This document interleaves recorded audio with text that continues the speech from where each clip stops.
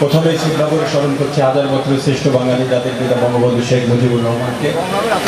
স্মরণ করছি বেগম ফজিলাতুন্নেসা মুজিব সহ বঙ্গবন্ধুর শহীদ পরিবারকে এবং জাতীয় চার নেতা সহ বিগত ৭৫ বছরে এই নড়াইল জেলা আওয়ামী লীগকে প্রতিষ্ঠিত করেছে বা করতে যে আজকে এই দুনিয়ায় নাই, মারা গিয়েছেন আমাদের শ্রদ্ধেয় নেতৃবৃন্দ অনেকেই আছেন যারা আজকে এই দুনিয়ায় নেই, যারা কঠিন সময়ে দলকে নেতৃত্ব দিয়ে দলকে ক্ষমতায় এনেছেন।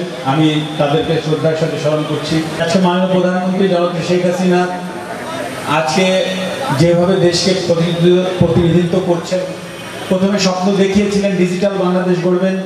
ডিজিটাল বাংলাদেশ গড়তে যে অনেক বাধা বিপত্তি, অনেকে অনেক কথা বলেছে, কিন্তু উনি কিন্তু করিয়ে দিয়েছেন।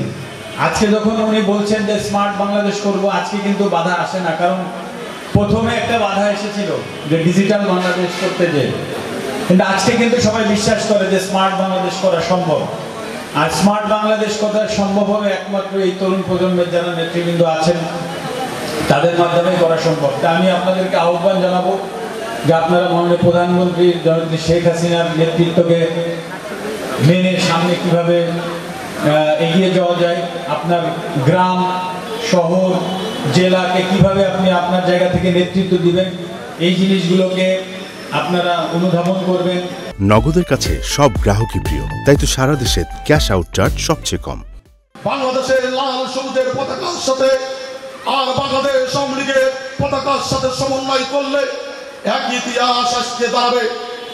অনেক বই স্তবের মধ্য দিয়ে অনেকেই আমরা ধারণ করেছি। প্র্যাকটিক্যালে এই আওয়ামী লীগের ইতিহাস অনেক সময় বিভিন্ন সংগ্রামের মধ্য দিয়ে আমরা যারা বড় হয়েছি, আজকে মঞ্চে যারা উপবিষ্ট আছেন, আমার সামনে অনেকেই আছেন সিনিয়র নেতৃবৃন্দ, তারাও বিভিন্ন সময় আওয়ামী লীগের রাজনীতি দীর্ঘদিন পথ চলেছেন, তাদের বর্ষিয়ানুভাবে কাজ করেছেন। এই নড়াইল আওয়ামী লীগকে সুসংগঠিত করার লক্ষ্যে বঙ্গবন্ধুর নেতৃত্বে সুসংগঠিত করেছে, মুক্তিযোদ্ধার চেতনায় সুসংগঠিত করেছে। বঙ্গবন্ধুর ৭৫ 15 আগস্ট নিহত হওয়ার পরে যখন বাংলাদেশ আওয়ামী লীগের হাল ধরে কেউ ছিল না, বঙ্গবন্ধুর কন্যা আজকে সকল রাষ্ট্রনায়ক ১৯৮১ সালে বাংলাদেশে পদার্পণ করে হাল ধরেছিলেন। সেই হাল ধরার মধ্য দিয়ে বাংলাদেশ আওয়ামী লীগকে উজ্জীবিত করেছে পুনরায়। আজ সেই উজ্জীবনের মধ্য দিয়ে বাংলাদেশ আওয়ামী লীগ নড়াইল জেলা শাখাকেও উজ্জীবিত হয়েছিল। অনেক কিছু নিয়ে আলোচনা করব, সময় নাই। এই প্রজন্ম আদৌ দুঃখ কষ্ট পায় নাই রাজনীতিতে।